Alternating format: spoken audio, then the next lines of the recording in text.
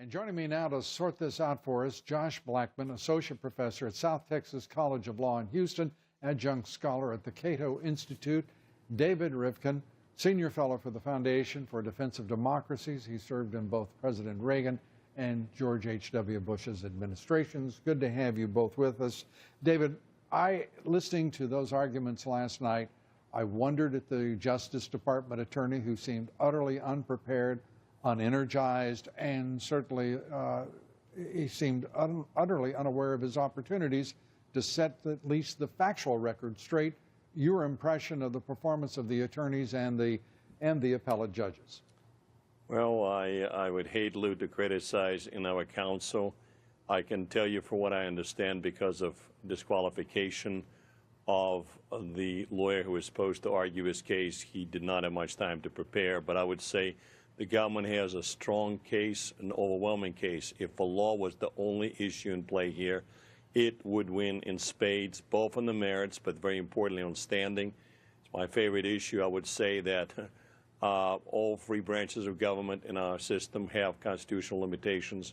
And judiciary is supposed to hear cases or controversies, which means that the parties bringing it have standing. States have no standing.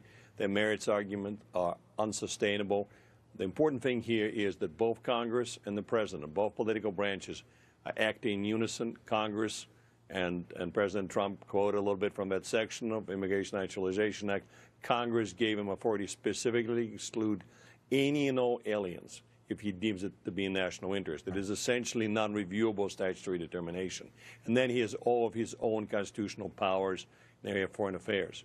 In that situation, judiciary has almost no role to play. The last thing I would say, that is not a Muslim ban on the four corners of his document. It is a reasoned decision to suspend entry based upon, Lou, it's very important, on the list of 7 countries that were chosen by Congress and the previous administration. And Josh, to that point, this is an extraordinary time. 70% of the country's 13 circuits, appellate circuits, are primarily led by liberals, appointed by liberal presidents. And we have some people saying, oh my gosh, President Trump is politicizing the process by criticizing those judges directly, whether they be the district court judges, whether it be the appellate court judges, in this case the Ninth Circuit. This is as we listen to these judges on the Ninth Circuit last night, they're pretty politicized already. Your views on how severe is that politicization, and why in the world should the American people not take account of the truth and the reality about the process by which those judges got to those positions in terms of the politics that are played? Well, the appointment of judges was something that President Obama took very seriously. And in 2013, Harry Reid used what's called the nuclear option to eliminate the filibuster for judicial appointments. And as a result, he was able to make a number of appointments to the courts of appeals of people who would not have gone there but for the filibuster. But what comes around goes around, and now there are over 100 vacancies in the federal courts that President Trump can use to fill and to appoint judges who have a commitment to textualism, originalism, and the founder's vision of the Constitution to help bring the judiciary back in line with where it ought to be. And the Ninth Circuit, the most overturned, considered to be the most left-wing or liberal, if you prefer, of all of the circuits. Expectation as to what they will rule and where the case will go. So I listened to the arguments yesterday, and at least 2 of the judges in the panel seemed pretty skeptical of the Trump administration. One judge, Judge Clifton, seemed somewhat more sympathetic to the government's position. But I expect on Thursday, at the earliest, we'll get a ruling in favor of the state of Washington. And at that point, the Trump administration will have a very difficult choice of whether to go to the Supreme Court or let the process ride out and decide what they want to do. Do they go to the Supreme Court now with 8, or do they let the process ride out and go back when they're 9, when Justice Gorsuch is on the bench? It's a very difficult decision. Lou, if I can add to this, again, if law was driving this case should be dismissed in its entirety because of the foundational infirmities.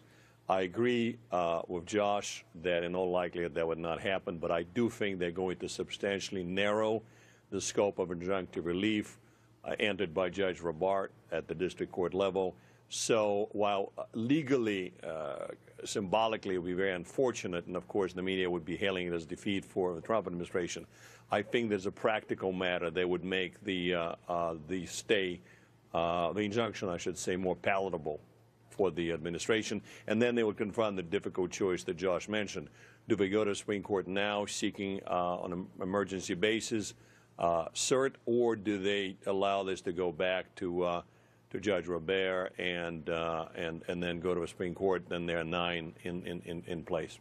There is a sense, I think, even amongst left-wing media in this country, that the court the district court in Washington, the Western Washington district, has gone well beyond what he should have done on this, based on the constitutional, as you pointed out, David, the foundation for this ruling basically non-existent, and the language very clear in the statute.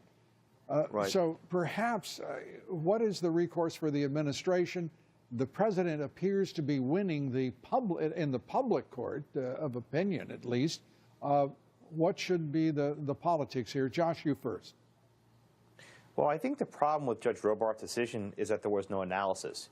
He issued a momentous nationwide injunction that stopped a massive policy with literally 2 paragraphs. And if you read those 2 paragraphs, there's absolutely no reason why. Does this violate the Establishment Clause? Does this violate the Due Process Clause? Does this violate the Equal Protection Clause? We have no idea. And if the judge has taken an hour with his law clerk to sit down and actually write an opinion, then I can criticize it. But I have no idea what the opinion actually was. And that was really an embarrassment and a shame that the court didn't explain its reasoning. David, you get the last quick word. Yes, and as a practicing lawyer, I'm reluctant to criticize judges, but I would say it is an awful decision. I've never seen a decision like this.